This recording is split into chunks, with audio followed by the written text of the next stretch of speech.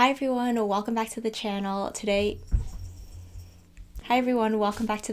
Today is a really exciting day because today we're starting the first seeds for the 2024 gardening season. Right now it is towards the end of January, and for us that means we are about 3 months before our estimated last frost date. This is around the time when I like to start the earliest things for the garden, the things that take the longest to get started, and for us that is mostly in the allium family, things like onions, shallots, and I do have a couple of other bonus things as well. And I am a little bit late to the game this year. Last year I started these seeds towards the middle of January or maybe even early January, but this year, after both Aaron and I being sick multiple times throughout the fall and winter, I think that kind of just like postponed my schedule, and I didn't realize that it was time to start seeds already. It just came around so quickly, and then I was a little bit late in ordering my seeds as well. So I was waiting on a couple of varieties before I started these seeds, but now that I have those new varieties, I am ready to go, and I am going to be having like a full seed haul actually probably next week. I was gonna do it today, but one of my packages got delayed, so next week we're going to have a full seed haul, and I'm going to be showing you a lot of new varieties that I want to be trying out this year, so that's going to be really fun. But anyway, for today, I'll show you the seeds that I've pulled out to start. And first I'm going to start off with all of the onion varieties that I've already grown in the past. These are varieties that I grew last year, but typically what I do with onion seeds is I only order enough for us to get through within 1 to 2 years, and I do try to use them up within 2 years, maybe max 3 years, because onion seeds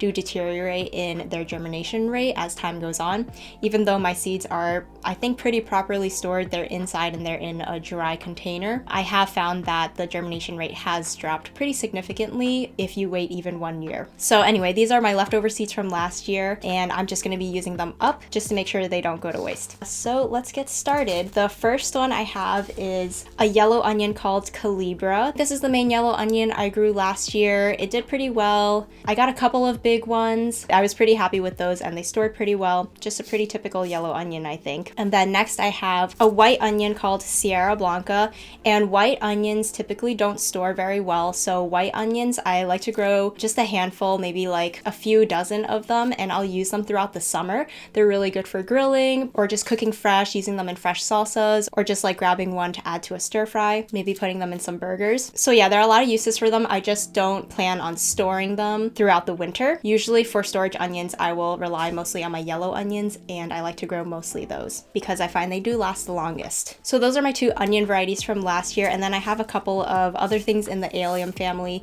They're not specifically onions, but I start all of these seeds at the same time. The first one is leeks, and these are the King Richard leeks. I've grown these for a few years. I think they do decently well.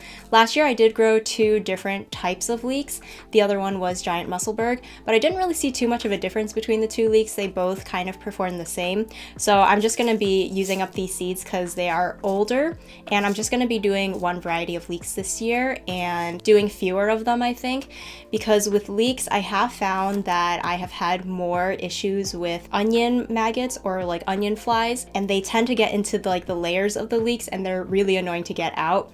So this year I'm not going to do as many leeks, and I will try to cover them probably. And that's actually going to go for all of my onions, but I'll talk about that in just a little bit. And then lastly, I have some of these Zebrune shallot seeds. I really don't have very many in here, probably only like 20 to 30 seeds. But again, I'm just trying to clear out my older seeds, so I'm gonna be starting whatever I have left, and whatever I have, that's what I'm gonna get. I have found that shallots do store super well as long as I harvest them at the right time. There was one year where we had a super wet year, and there was just no good time for me to harvest the shallots.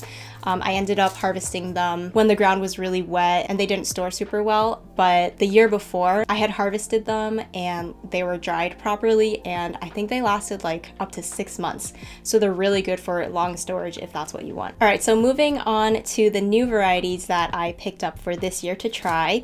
I do have 2 new onion varieties that I have not tried before. The first one is a red onion. Since I used up all of my red onion seeds last year, I wanted to get some new ones for this year. This is the Akatama Salad Red, and I do find that with red onions, they're not the longest storage onions. You can probably store them for like 2 to 3 months.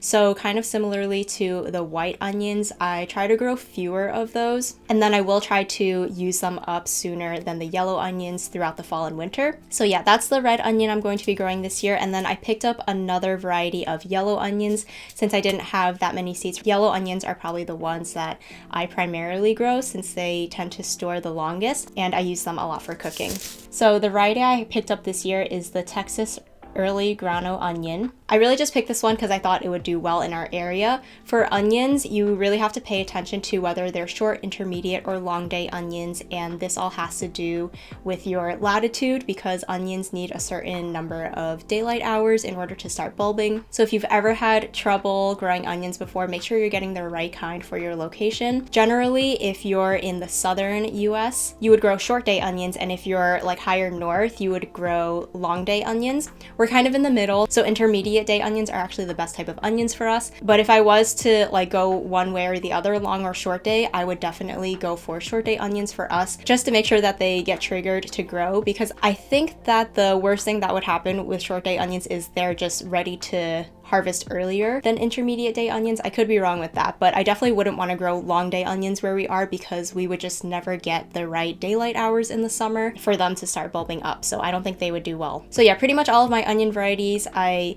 usually just look for intermediate day onions, and that's how I choose the varieties that I'm going to grow. And then the second thing I usually look for is storage potential, depending on what uses I have planned for those onions. So in planning like my onion beds for this year, I am going to have to do it a little bit differently, because in the past I've like kind of scattered onions in different beds wherever I had space. And I know some people also like to do like a border of onions around their beds because it can help to deter pests, because a lot of things don't like to eat onions, like deer or squirrels or other little creatures like that. But that's definitely not something I'm going to be doing this year, because last year I had a pretty bad problem with onion flies, and the onion flies would lay eggs on my young onion seedlings. Eventually there were larvae and worms in some of my onions, and while you can cut out those areas of the onions, this really affects how long they can store. I had a lot of onions that were starting to rot from the inside because the worms or maggots were eating their way out of the onion, which sounds really gross, but if you've been gardening for a while, you know that this is a possibility with almost everything we grow. So that's something that I am anticipating dealing with this year. So my plan for growing onions is that I'm gonna try and group them in like big plantings, maybe fill up a whole bed with onions, and then what I'm going to do is cover my bed with some kind of physical barrier, some kind of mesh netting tool or frost fabric. And if you've been following us, you know that I do this with a lot of beds because it does help with a lot of insect and pest pressure. So that's my plan for the onions this year. And when I was picking out the varieties and kind of thinking about how much of each onion I want to grow, I'm thinking about like the potential space that they're going to be in the garden to make sure that they're going to fill up a space that I can cover. So that's just one thing for me to keep in mind, although I will say that onions are generally very pest free. Unless you've seen that you have an issue with these onion flies, I think you could probably plant them as normal. Just watch out, and if you see like these black flies that have white stripes on their wings, those could be onion flies, and that's what I saw a lot of throughout the spring and summer. So yeah, that's an issue that I'm going to be kind of trying to prevent this year as I grow my onions. And then moving on to two other things that I'm going to be starting at the same time. Usually around this time, I also like to start any really slow growing herbs. This is the time when I start my lemongrass, and I really love growing lemongrass. It's a really beautiful plant. It does get pretty like tall and bushy, and also the blades are pretty sharp and they can cut you, so just be mindful of that. I like to grow mine kind of out of the way. There was one time I grew it in a raised bed in the front of my garden, and it kind of became a nuisance because it was so big and sharp, so just keep that in mind. But I do love growing lemongrass. I love using the blades of the grass for tea. I have some dried lemongrass that's a couple years old from the garden, and it's still so strong and flavorful. And then the stalks of the lemongrass you can use a lot in Thai cooking, although I don't use them as much as I use the blades. I really just like the blades for tea, and I also just like having it in the garden because I think it's really pretty. Some people say that it also helps to deter mosquitoes, but I don't really know that I see a difference with that. And then one other herb that I'm going to be growing this year from seed is Greek oregano. I do have an oregano plant in the garden that's quite big, But to be honest, I feel like the last couple of years, I haven't noticed that they have much of a flavor. I've harvested and dried oregano for the last couple of years from that plant, and I just feel like when I cook with it, I don't really taste the flavor. So I'm going to try growing fresh plants. I do feel like sometimes there are plants where even though they come back year after year, sometimes the flavor or like the performance of it can decline. So maybe I just need fresh plants. So I'm going to be starting oregano from seed. I have never grown it from seed before. I've always gotten starts, and that's a great way to grow it, but I had the seeds anyway, so I figured I would give it a try. So those are all the seeds I'm going to be starting today. First, I have to go outside and get some potting soil and all of my seed starting pots, and then we're going to be doing it inside because it is positively frigid outside. I am not going to be going outside and doing this. So yeah, I'm going to bring the soil inside and we'll get these seeds planted.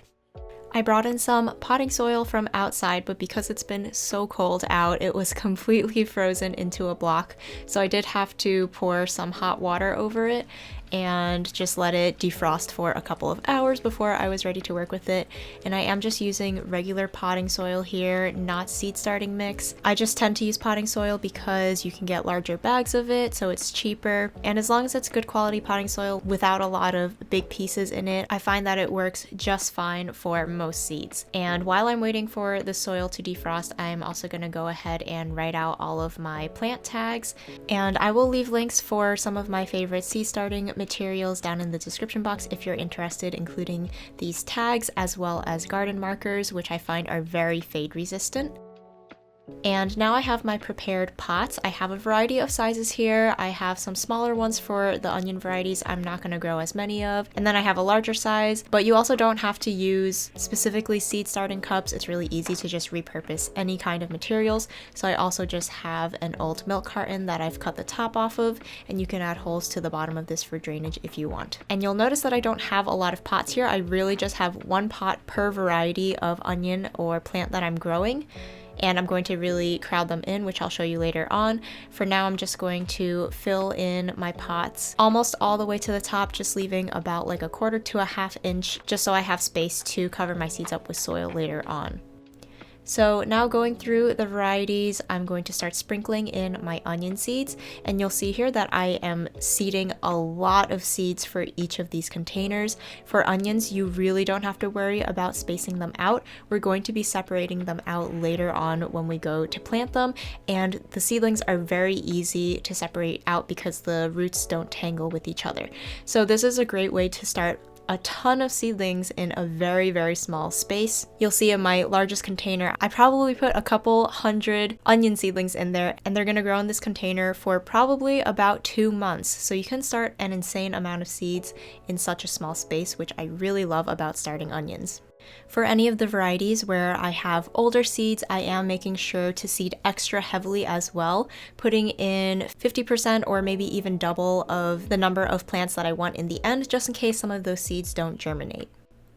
Ever since I started growing onions from seeds a couple of years ago, I've just really enjoyed this process every year. I love that they're the first thing I start in the season because I do get to start them so early on, so kind of gets your hands into the soil when I'm getting excited to garden again. And I also just love how satisfying it is that you can start so many plants in such a small amount of space. And of course, I love the end product of growing onions. They're such a useful plant to grow because onions go in almost everything that I cook, and we go through a lot of onions. And last year, I think I planted out a few hundred onions, and that was enough to get us through all the way through the end of the year. I only just started buying store-bought onions again at the beginning of this year. So I think from June all the way to December of 2023, I did not have to buy any onions from the store, which was really amazing.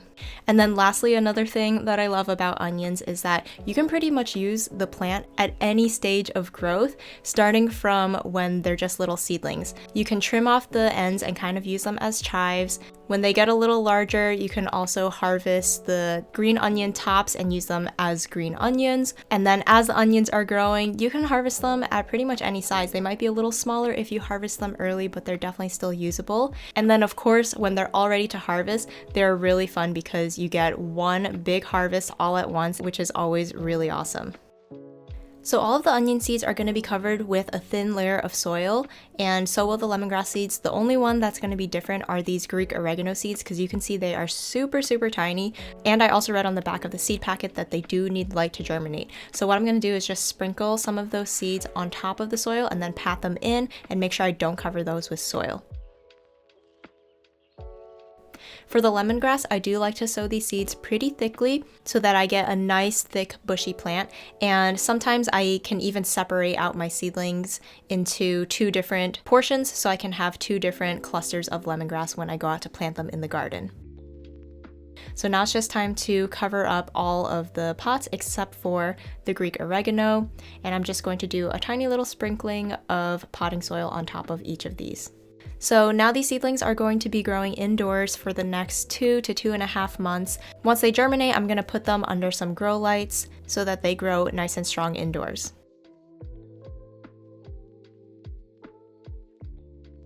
So that is it for the first seeds that I've started for the 2024 garden, and I think it's really cool that these seeds are started even when we still have snow on the ground. It seems like it's way too early, but I'm actually a little later than usual, but I'm just happy to have these in some soil and to watch them start growing and for the new gardening season to start. Thank you for watching this video. I hope you enjoyed it, and I'll see you again in the next one.